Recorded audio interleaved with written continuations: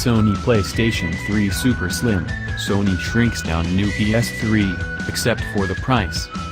Sony still hasn't confirmed when we'll see a PlayStation 4, bet on late 2013 as the earliest. In the meantime, though, the venerable PlayStation 3 has gotten a facelift. We've dubbed it the Super Slim PlayStation 3, since this third iteration of the console is the thinnest and smallest yet. It's logical to assume that this will probably be the last PlayStation 3 design change before its successor, so it allows us to take a look at the console as a whole to see how far it really has come.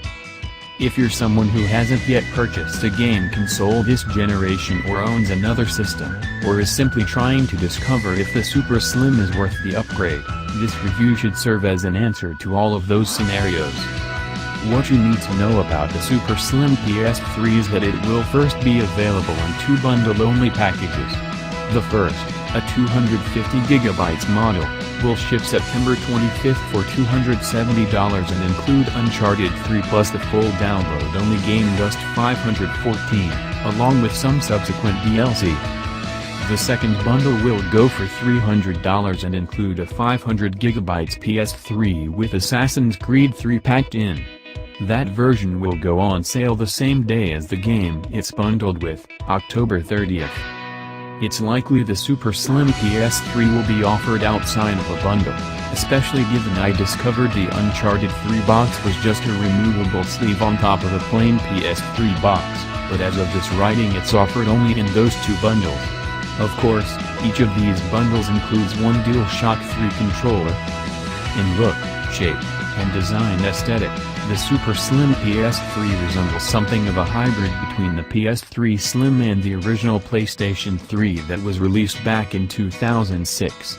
That said, it's much smaller, measuring 11.4 inches wide by 2.36 inches tall by 9.05 inches deep. It's 20% smaller and 25% lighter than its immediate predecessor, the PS3 Slim.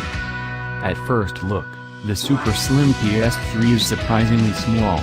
It lacks the bulk the original PS3 had in the surface area the Slim PS3 takes up. It's much more in line with the size of the smaller Xbox 360 and won't be as inconvenient in your home theater setup. With this PS3, Sony has adopted a non-motorized sliding disc cover instead of a slot-loading disc tray.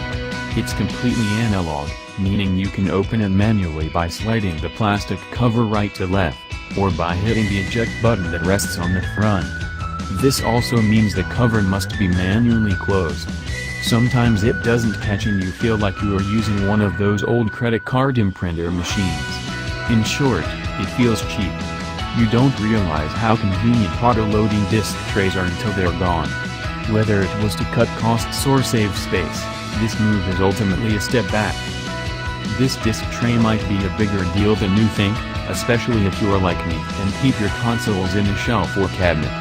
Now that it's a top-loading device, you'll really need to make sure you store the PS3 in an area that gives you enough room to pop discs in and out. Also, keeping the PS3 on a shelf doesn't give you a whole lot of visibility, so you may find yourself fishing around the slot to make sure the disc is properly mounted on the spindle. This leaves room for damaging the parts inside the PS3 and possibly scratching a disc. Like the others before it, this PS3 can sit horizontally or vertically. Sony recommends using a stand for the vertical orientation, but I was able to play games reliably without one. Aside from the disc tray, the Super Slim PS3 is the same powerful gaming machine we've all come to know and love, just in a smaller box. It definitely lacks the heft and sense of build quality of the original PS3, and the move from matte plastic of the Slim PS3 back to the fingerprint magnet shiny gloss is a disappointment. While this doesn't come as any surprise by now, the Super Slim PS3 does not have an infrared (IR) port for remote controls. I'll never understand the decision to leave it out again and again, but I guess Sony has its reasons. There are also only two USB ports up front just like on the Slim PS3, but with all the Move and other USB-powered peripherals Sony has put out over the years, bumping those slots up to 4 would be a better idea.